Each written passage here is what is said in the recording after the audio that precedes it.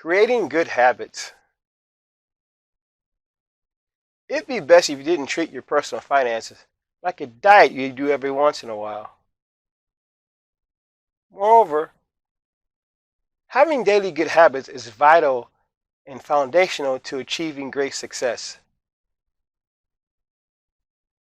This is the end of section review.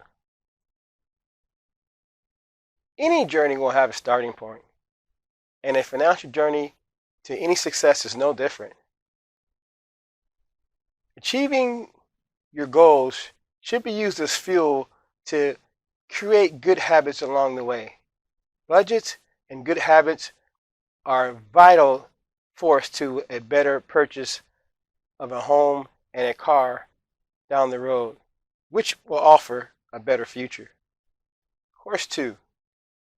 Spend smart to lower your debt and save.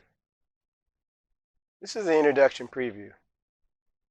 How you spend your money will determine how much you have left to pay your bills, debts, and save. In this section, you'll learn why and how to buy smart, freeing your assets, and using these two key words: credible warranty. Needs or necessities versus wants or desires. Needs or necessities need to be long enough to maintain any good budget. Moreover, when you're repairing things or replacing things, a credible warranty can maintain the integrity of your budget.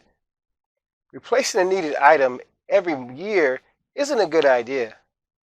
Yes, the item will be cheaper, but how much would it cost you over a 3-year period of time? It's best to buy something that has quality and that will last you longer. Know what you're buying. When a need presents itself, do your homework to determine the best product for the job that you need done.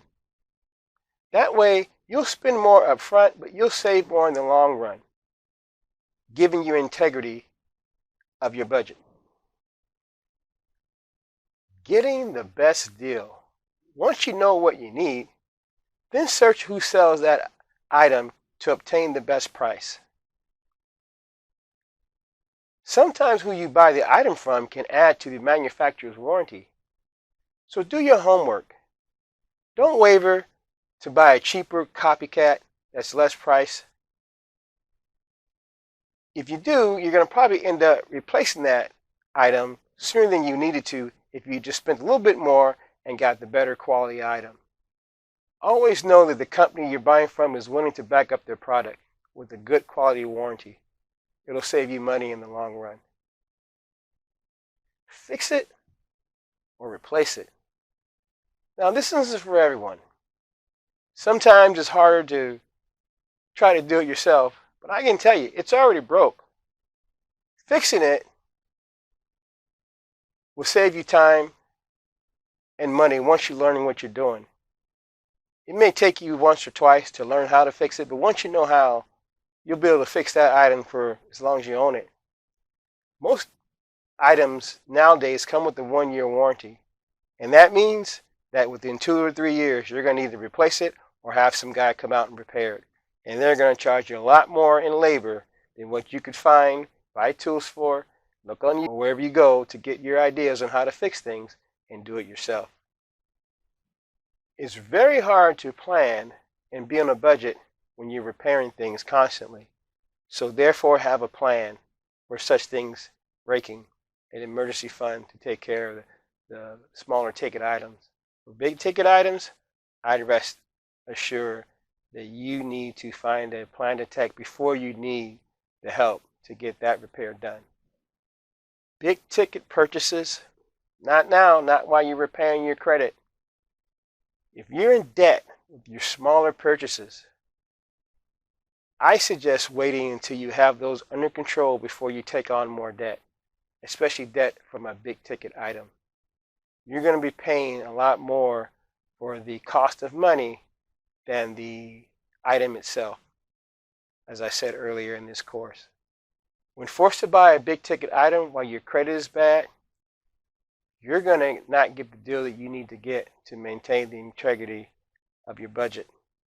And if you get an older car and it breaks down and you have a loan on it, well, guess what? Now you got a car that's too old to repair and you've got a payment on it.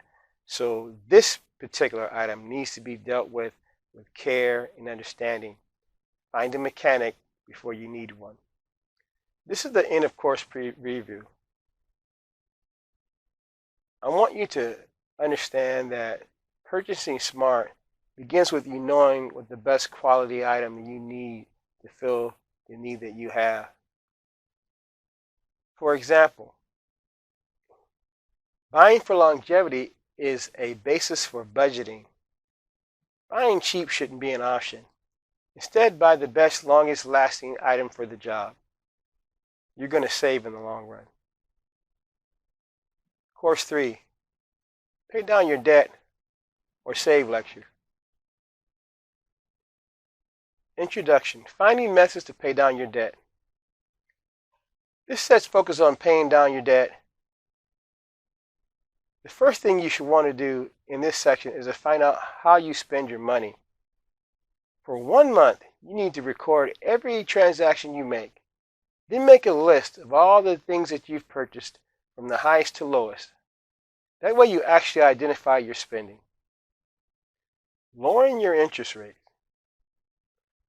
Lowering your interest rate can be as simple as negotiating a better rate. You can transfer debt from another credit card, as I mentioned earlier, or to another revolving account. However, I suggest not opening a new line of credit or closing an old account to open a new account or closing an old account. However, I suggest not opening a new line of credit or closing the old account. Opening a new line of credit or closing an old credit account will lower your credit score. Learning how to live by your rules is a great option. A better option would be paying off your debt before you accrue any interest. Improving your credit score.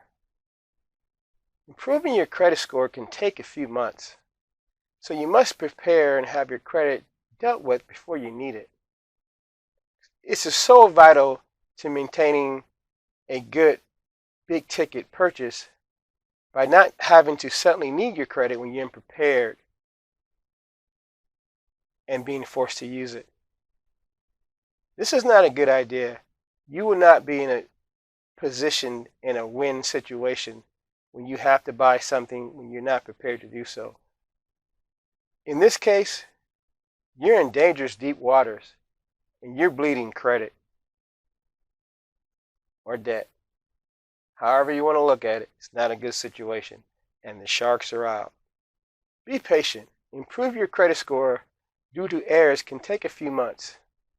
Get a free copy of your credit score report once a year. Then see what you have there that may not be accurate. This process can take a few months. So do this before you need it. It's a wise move. More for less. The reward of lower cost of money. I touched on this earlier, especially when you're buying a car or a home. You would be happier with more home for the same payment as you would for an older home or a newer car for the same payment if you're not paying a high cost of money because of bad credit. We can fix your credit. Just put in the time and effort and we can make it right before you need it. And this is the end of section summary. Buying smart is a combination of knowing what you need and separating your needs from desires. You can prioritize your options and buy the best products to fill needs. There will be plenty of time to buy desired items.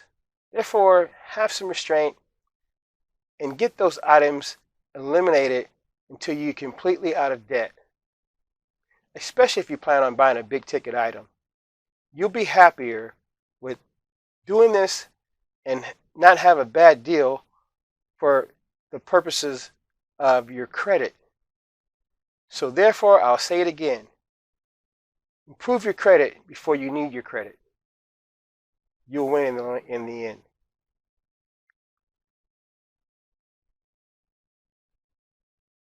Course 4, Make More Money lecture. Now, increasing your cash flow is never a bad idea. Just sometimes you may have to take on a little bit more responsibility. The best possible way of paying down your debt issues is to make more money. It's that simple. How can you improve your pay? There are many ways you can improve your pay. The key thing is the setup, and how you can make adjustments in even your hobbies so you can make more money. For example, make an adjustment to how you get paid. One example is hourly pay versus tips are an important increase to your take-home pay. Hourly wage, you're going to get a set amount. But with tips, you have the opportunity to make more than what you would make at an hourly wage. Yes, it's chancier, but there's a lot more rewards if you find the right situation that fits your personality. Commission versus salary. Now, a salary is a set amount you get paid no matter how many hours you work. This is what most managers are on. If there is a sale involved, there may be a salary and commission. The main thing you want to do is make sure that you're set up to win. You want to make sure you're not totally dependent on the commission and not totally dependent on the salary, but a mixture of the two is always a good situation. Some jobs will come with commission and a minimum wage, which usually requires some selling skills for you to excel. If you have selling skills, the minimum wage is not that much of a concern, but you'll get something, but you're not working for a minimum wage if you have selling skills. Salary and how to get a raise. One way to improve your pay is to ask for a raise. One way to do that is to go to your boss before you need it and ask your boss, what do you need to do to get a raise? That way it's not something out of the blue. It's something that has clear actions that can be completed if asked for at the right time and the expectations are understood, and if you achieve the goal, there shouldn't be any problem with you receiving the raise that you asked for. But it's justified and done in a situation where it's a win-win for both parties that are all involved. One way you can make more money is to adjust your hobbies. Sometimes hobbies can be adjusted and you can make money if you learn how to use your time accordingly and produce things that have value. Some will pay you for those production hours. Trial and error is a big part of this process. However, a lucrative hobby can become very rewarding. When to look for a better job. When you wake up in the morning for work, do you hate life? That might be a sign you might want to take a look at another job. But you should understand that making more money sometimes will produce more responsibility. And if you can live with it and you enjoy the income, you might want to stick it out and do what you need to do to make the money. However, understanding the value of a high-paying job is priceless. If you position yourself correctly and get the proper schooling, knowing what the expecting pay will be at the end of your courses is a good plan and can be done with care and then can be priceless. This is an intersection review. Increasing your income can never be a bad idea unless you hate the job that you have to do to generate the income. How you get paid can play a significant role in the amount of money you take home. A valued hobby can bring in more income and hopefully happiness of a planned journey that can raise you from a losing situation to a win-win situation. If you ask your boss for a raise and do it in the right situation and the timing is right, then everything can be done accordingly with both sides happy with the results. Seeking the plan skill that is best fits your personality, again, and you understand the expected pay before you complete the courses, is a well-planned way to achieve happiness by doing the job you love to do and making money at it. Some people consider that not a job.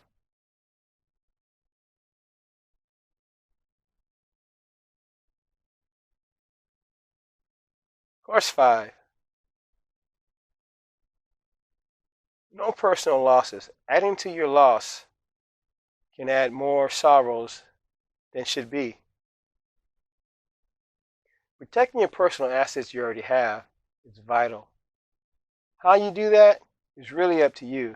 There's so many tools out there that you can use, but the purpose of this side of the lecture is to make sure you look at something to protect the things you already own. It's a good idea. Now, as I said, anyone can protect against the loss of an item. Your car, your boat, jewelry, or any other thing that has value can be protected with the right coverage. I won't suggest who to go to, but do your homework and find out who is known for backing what they'll say and doing what they say. Paying for protection and then not getting the coverage when you need it is kind of useless and painful. Investing in you first. Investing in you first can have many meanings. Therefore, I'm going to give you my interpretation. Investing in you first means learning to gather information as much as you can, possibly before spending money. If it's going to cost you something, do the homework so you know what you need and who offers the best price for what you need. That way you're not depending on a salesperson to tell you what's best for you. Preferred or secondary stock.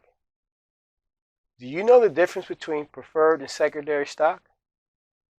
If you don't know the difference, maybe you need to do a little bit more homework before you walk into this area of investing. That's all I'll say on that. Be careful. Only plant when you can afford to lose. If you look at money as seeds to grow, you know that you shouldn't plant what you can't afford to lose. Again, I'll say it, if you're a novice business entity, keep your personal assets and your business assets separate. That way your living arrangements will stay consistent. You'll thank me for this later. Compounding interest. Friend or enemy? Most of the time, compounding interest will be your enemy. There'll be few times that you'll find the opportunity to take advantage of compounding interest. This interest is such a moneymaker, consequently, it will be used against you in most cases. But if you do find a situation when you can benefit off of compounding interest, take it and never let it go. Capitalize on it is powerful and definitely will be your friend.